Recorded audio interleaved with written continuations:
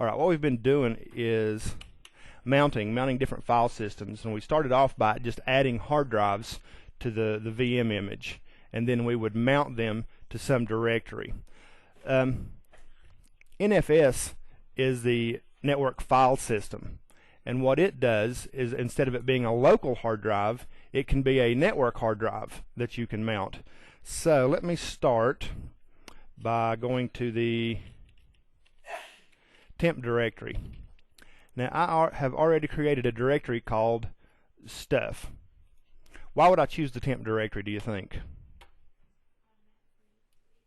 Yeah, it automatically deletes. It's just a good habit to get into. This is stuff I'm just playing with, not going to be anything important, and if it's deleted in a couple of weeks, that's for the best. So I am now in temp stuff, and let's see.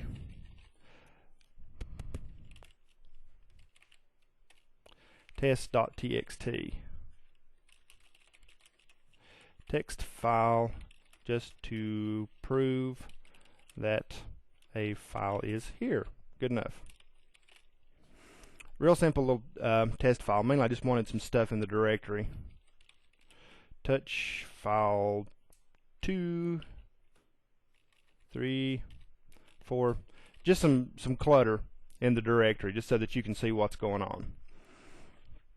Okay, if I wanted to share this directory with everybody, I can use NFS. An example of why you would do this, we did Red Hat. We had probably 500 or 600 packages. I think that many packages. Like if you wanted to load Apache, the web server, or the FTP server, or the TFTP server, just any of all kinds of different packages. They were all stored in RPM.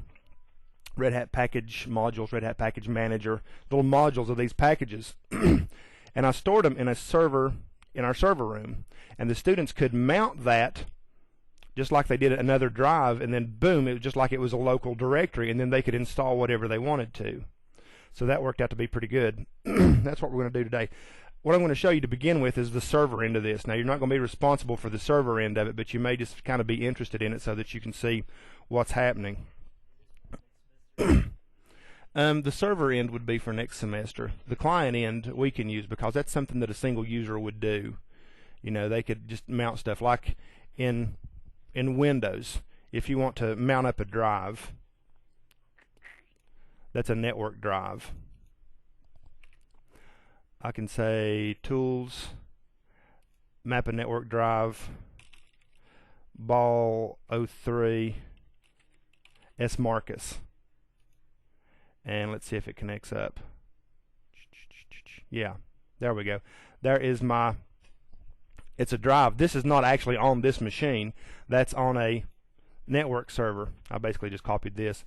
But that's on another server in the server room, but I can access it directly just like it was a local drive. That's sort of the same idea. The trick for the server end of this is a file called etc exports. Alrighty, so what I want to share is the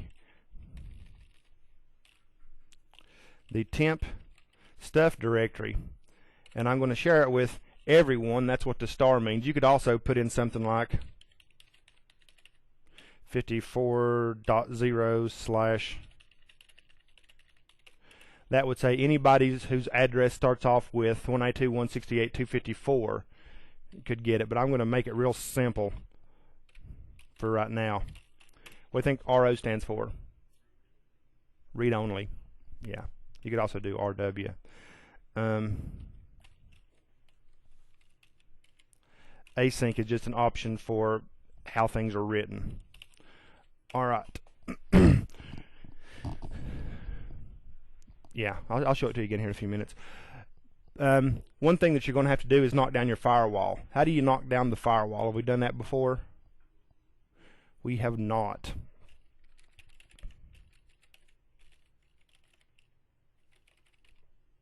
There we go. This is not going to be something you're responsible for either, but it's good to know. Your firewall is called IP tables. One word. and that's one of the firewalls that Linux uses. If you want to look and see your rules, you can say dash capital L, which lists all the rules that are in your firewall. And not going to go all into what all this is, but I just know there's a bunch of stuff in there, right? And I can see there's stuff in there. I don't really care for right now. I want to wipe all that out or flush it. I can say iptables -F for flush. Now, if you were at home or on a production box, that -F could be dangerous, because that's basically just dropping your guard entirely. So you can see it when I do iptables -L. There's just nothing there, and the main policy is to accept. So anybody that wants to connect to your box, boom, they just do it. There's nothing blocking it, which is okay for a lab environment, not so pretty good if you're on a web server that's actually connected to the real live internet. So there's that. I've got my my share set up. So I'm going to do a service NFS start.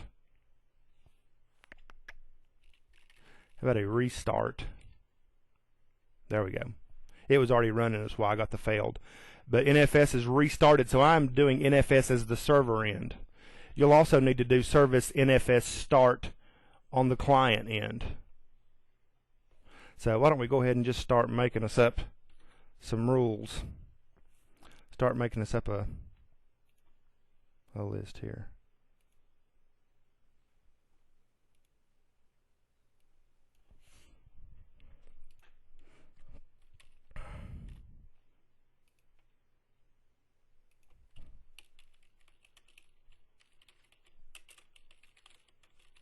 The client side.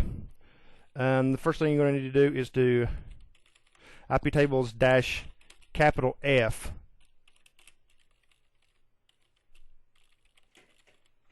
and I'll go ahead and throw it in there.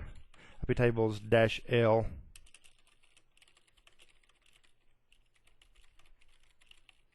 Shows the tables are empty.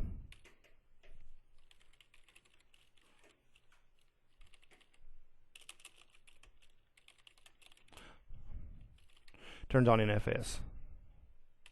Okay, then we'll have our mount command here in just a second.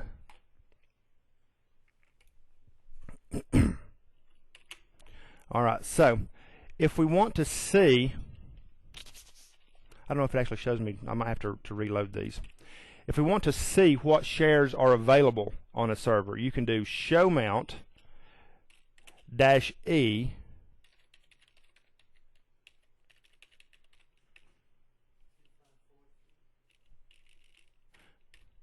There we go.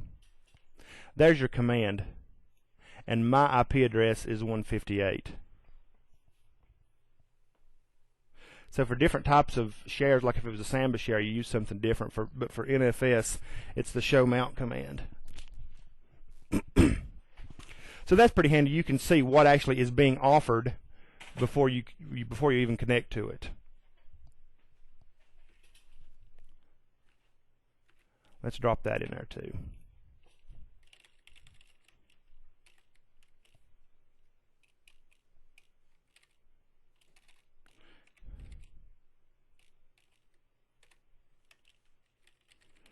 There.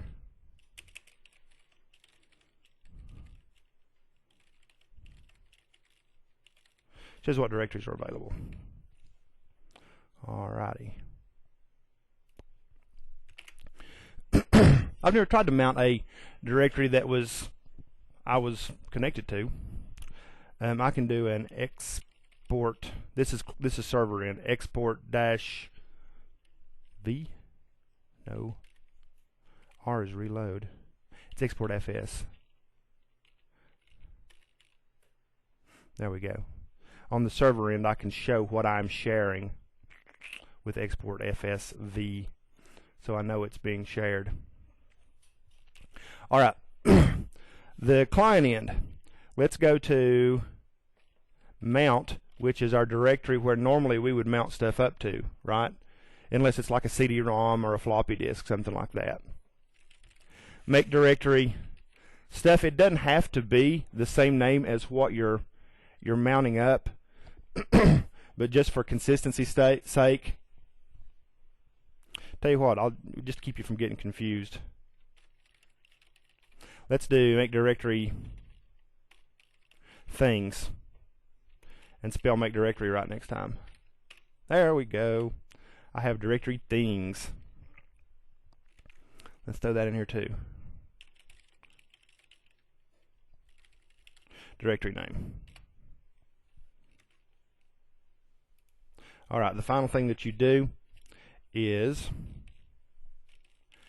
mount 192.168.254.158 is me. Now this means you could actually mount something across the internet if you wanted to. You can also replace that with a URL or a name. We don't have DNS running for these machines. DNS would allow me to translate Stephen's machine into this IP address. So just to keep things simple, I'm just going to take DNS out of it and just use the IP address. So mount temp stuff, that's what I'm sharing, to, no, stuff is what I'm sharing. Yeah, I'll pop up another window real quick. Yeah, when I do show mount -E, 158. See, the first line is going to have to match this, what the server is actually sharing. So that's what the server is actually, see, this is the server, its IP address and what it's sharing. And this part is what I'm going to mount it to. That's things. There. So now if I go to mount things, I see my files. And I can also still use the mount command, and look what mount is returning. It's showing me here at the very bottom what's there. Alright, just for giggles, and we'll see if this works. I'm not positive it's going to. I'm going to vim my Etsy exports.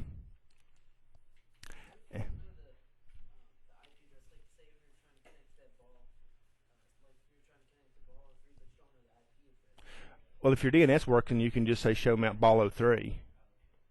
And the DNS for ball 03 would work, but it's not going to work for my machine because 158 is not mapped to anything. Temp stuff 2, which I will have to create, star RW. I'm just going to leave the async out of that one. What would RW be? Read write. Now your writes may get a little bit hairy on this.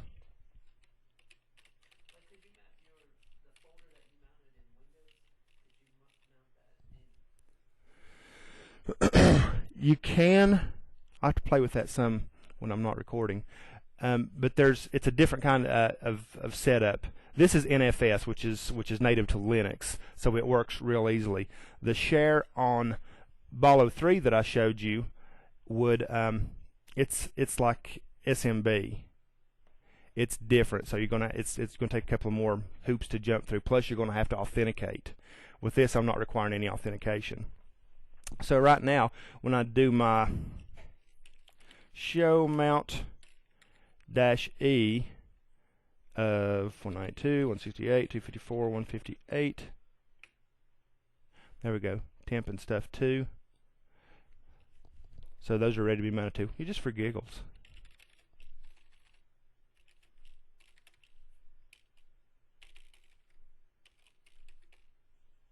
Yeah, can't get the address for it. Yeah, ball 03 will not play with us today. But anyway, so what was the command we need to drop in here? Mount 192.168.254.158. That's the server IP. Mount stuff to mount. Let me see if I can do it a little bit fancier. Mount server IP, and then a colon, and then a slash share, which you would have gotten from show mount, and then your mount point. And that should work. So what I want you to do is to create two directories underneath mount. I'm thinking more. Mount. Mount. The mount command itself shows me that stuff mounted up RW. But it was shared RO. Usually when you have, just in general, in networking, just across the board, if you have two sets of writes in two different places and they're different, usually the most restrictive will win out.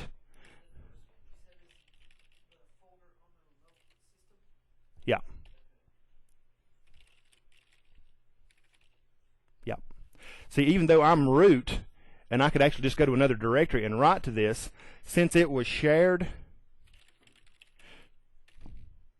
well, export fs verbose. This one was shared read-only. Since it was shared read-only, even though I mounted it read-write, when I tried to write to it, it said So let's try this. Things are going well. I'm getting cocky. Make directory, mount, another. Mount 192, 168, 254, 158, which is my IP, and then temp stuff 2, which was shared at the server as read-write. Mount another. Stuff 2. The no such file or directory is normally very misleading. Oh, you know what? Does that make sense? Nobody's going to call me on this? I never created it. All right. All right, so CD stuff 2. All right. I'll do a text file so we can sort of edit it. Edit me.txt. Edited. Hopefully. So in stuff 2, I just have edit me. So now if I say cd mount stuff 2, another. Nothing there because I never got it mounted. And I can prove that by saying mount. So let's try my mount command one more again.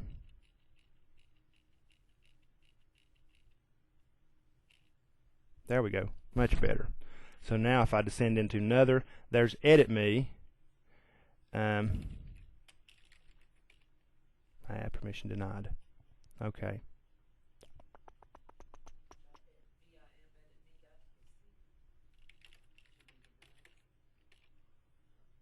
It's marked as read only. Okay. For right now, we'll just work with read and write, and if we get a chance, we'll come back and see how we can make it read or how to write. Okay, to finish this up, my directions that we found on this were screwed up. I had mount right here. Well, this, since this is the share, like I said, you would have gotten from show mount. If you had done show mount, you would have seen that my actual share was temp and not mount. So that's one way to kind of double check yourself. Another thing that I had to do, I finally got the read write thing to work. And the temp directory ls-l, look at what the writes had to be on stuff 2. Absolutely wide open, 777. But now you can go in and I'll just show you. I've got it mounted. I mounted 127, which you still could use 192, 168. Temp stuff 2 on that one, and now I can go into mount another, and I can touch file 2. There we go. So now I can write to it. So what I want you to do is to mount up stuff 2 slash, let's put it on the paper, mount :,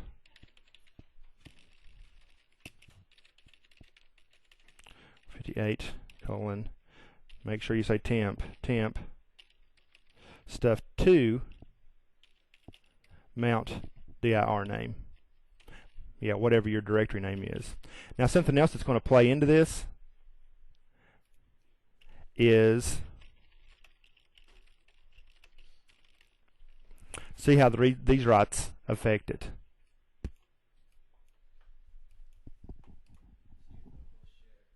Yeah, your local. No, I made mine 777. That was the export end. You should just be able to mount it, but take a look at your rights of your directories to make sure you can write it. All right, give it a shot. All right, I just wanted to finish up with the mounting. I fixed my spelling error right there. But anyway, students were able to log on and actually write to that directory once I had the rights just wide open. Okay, one last thing that I want to mention about mount, and it didn't come up last time because we were actually mounting physical hard drives. Let's say I'm in one window on this system, and I'm going to say mount just to kind of look around. I've got two different things mounted from supposedly different servers. So I'm going to say cd mount, what did I call the first one? I hit double tab things. There we go. So there we are. I am in mount things. And then, so I'm actually in that directory, right? Doing stuff. I could be copying files, could be doing whatever, but it is my current directory. If I say pwd, that's my current directory. So let's say I'm the administrator in another window and say, okay, I'm done with that. I'm going to say umount, which is how we unmount a directory. Just remember that it's not unmount, it's umount. And umount /mount /things. Pow. Device is busy. What does that mean? Yeah, even though I am not actively doing anything back here in this other window, it is still considered my current directory, from my analogy of your directory, your mount point, being the loading dock for the tractor trailer, and then the directory, the export or whatever it is being the tractor trailer backing into it. If you do this, this is like pulling the forklift into the back of the tractor trailer and then trying to drive the tractor trailer away. And Linux says, no, you can't do that. You can't leave stuff hanging. So all I have to do is to say cd, just get into some different directory other than what's mounted. The question is, can you force it? We could do a man umount and see if there is some evil way to just do like a -f or something. Force unmount. We'll try that with the other one. So now I'm just going to do my umount and see it's graceful now. Okay, so now let's do the same thing and see if we can make it more violent. Mount another. And I use my mount command again to say, okay, this is still mounted. So if I say umount mount another, I get the same thing. How about if I throw that -f in there? Oh, it just griped louder. Let's see if it's still mounted. It's still there. You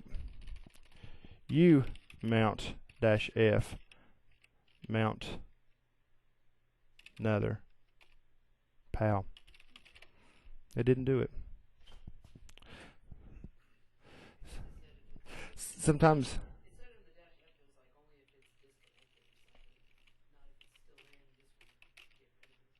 yeah, and sometimes we'll have a small force is like a polite force, and then a big F would be a cut ties and yeah, the rude way, but not always.